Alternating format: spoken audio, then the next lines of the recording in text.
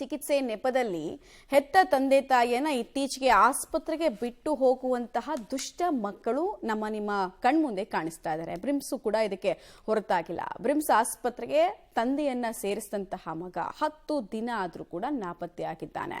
In fact ಬಾರದ ಲೋಕಕ್ಕೆ ತಂದೆ ಪಯಣವನ್ನ ಬೆಳೆಸಿದ್ರು ಕೂಡ ಅನಾಥ ಶವವಾಗಿ ತಂದೆಯ ಶವ ಕಾಣಿಸ್ತಾ ಇದೆ. ಡೀಟೇಲ್ ರಿಪೋರ್ಟ್ ಅದ ನೋಡ್ಕೊಂಡು ಬರೋಣ ಬನ್ನಿ. ಅಪ್ಪನನ್ನು ಆಸ್ಪತ್ರೆಗೆ ಸೇರಿಸಿದ ಮಗ ನಾಪತ್ತೆ. ಹೆತ್ತ ತಂದೆ ಸಾವನ್ನಪ್ಪಿದ್ರು ಬಾರದ ಪಾಪಿ ಮಗ. ಬಿಮ್ಸ್ ಶವಾಗಾರದಲ್ಲಿ ತಂದೆ ಶವ. ಇದೆಂಥ ದುರ್ದೈವ. ಆಸ್ಪತ್ರೆ ಶವಾಗಾರದಲ್ಲಿ ಅನಾಥವಾಗಿರೋದು ಸತೀಶ್ವರ ಸಿನ್ಹಾ ಶವ. ಈತ ಮೂಲತಃ ಗೋವಾದ ನಿವಾಸಿ. ಕಳೆದ 6 ತಿಂಗಳ ಹಿಂದಷ್ಟೇ ಸತೀಶ್ವರ ಮಗ ಉತ್ತಮ್ ಸಿನ್ಹಾ ತನ್ನ ತಂದೆಯನ್ನ ತಾನೇ ನೋಡಿಕೊಳ್ಳುವುದಾಗಿ ಬೆಳಗಾವಿಗೆ ಕರೆದುಕೊಂಡು ಬಂದಿದ್ದ. ಯಡಿಯೂರಪ್ಪ ಮಾರ್ಗದ ಬಳಿ ಇರೋ ಹೋಟೆಲ್ ಒಂದರಲ್ಲಿ ಉತ್ತಮ್ ಸಿನ್ಹಾ ಕೆಲಸ ಮಾಡ್ತಿದ್ದ. ತಂದೆ ಅದೇನೂ ಕೆಲಸ ಮಾಡಲು ಹೋಗಿ ಕಾಲು ಸುಟ್ಟುಕೊಂಡ ಬಳಿಕ ಅವರನ್ನು ಬಿಮ್ಸ್ ಆಸ್ಪತ್ರೆಗೆ ಮಾರ್ಚ್ 22ರಂದು ದಾಖಲು ಮಾಡಿದ್ದ. ಆಸ್ಪತ್ರೆಯ ರಿಜಿಸ್ಟ್ರಾರ್ನಲ್ಲಿ ತಾನು ಕೆಲಸ ಮಾಡ್ತಿದ್ದ ಹೋಟೆಲ್ ಮಾಲೀಕರ ಫೋನ್ ನಂಬರ್ ಬರೆದು ಹೋದವನು ಎಲ್ಲಿಗೆ ಹೋದ ಅನ್ನೋದು ಇನ್ನೂ ಪತ್ತೆಯಾಗಿಲ್ಲ. ಮಾಲೀಕರನ್ನು ಕೇಳಿದ್ರೆ ಆತ 3 ತಿಂಗಳ ಹಿಂದೆಯೇ ಕೆಲಸ ಬಿಟ್ಟಿದ್ದು ಸಂಬಳ ಪಡೆದು ಹೋಗಿದ್ದಾನೆ. ಅವನ ಬಳಿ ಮೊಬೈಲ್ ಸಹ ಇಲ್ಲ ಎನ್ನುವ ಉತ್ತರ ನೀಡಿದ್ದಾರೆ. ಉತ್ತಮ್ ಸಿನ್ಹಾ ಹುಡುಗನ ಕೆಲಸ ಕೇಳ್ಕೊಂಡ್ ಬಂದಿದ್ರೆ ಅವ್ನು ಕೆಲಸಕ್ಕೆ ಇಟ್ಕೊಂಡಿದ್ವಿ. ಇಲ್ಲ ಒಂದು 5-6 ತಿಂಗಳು ಕೆಲಸ ಮಾಡಿದವ.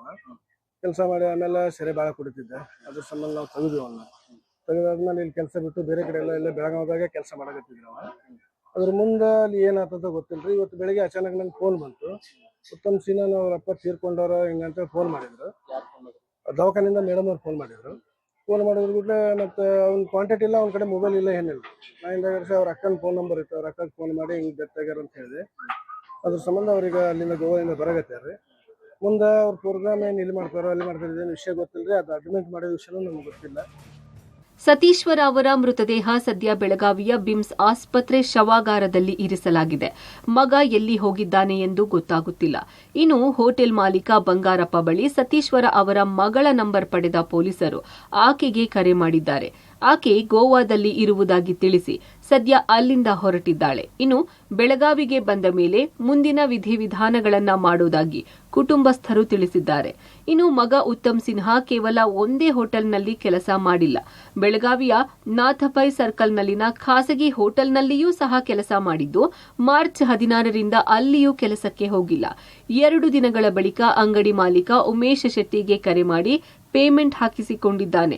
ನಂತರ ಆತ ಎಲ್ಲಿಗೆ ಹೋದ, ಏನಾದ ಎಂದು ನಮಗೂ ಗೊತ್ತಿಲ್ಲ ಅಂತಿದ್ದಾರೆ ಉತ್ತಮ್ ಕೆಲಸ ಮಾಡ್ತಿದ್ದ ಮತ್ತೊಂದು ಹೋಟೆಲ್ ಮಾಲೀಕ.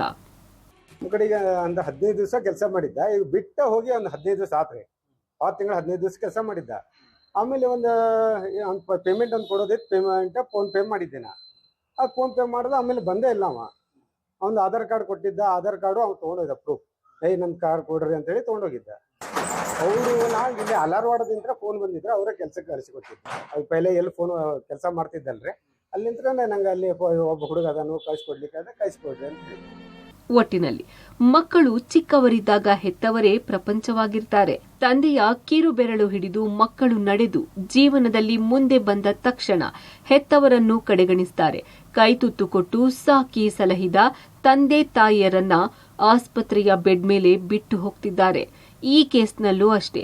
ತಂದೆಯ ಜೊತೆ ಇದ್ದು ಉತ್ತಮ ಮಗನಾಗಬೇಕಿದ್ದ ಉತ್ತಮ್ ತಂದೆ ಕೊನೆಯುಸಿರೆಳೆಯುವಾಗಲೂ ಜೊತೆಗಿರದೆ ಇದ್ದಿದ್ದು ದುರ್ದೈವವೇ ಸರಿ. Dilip, public TV, Belagavi.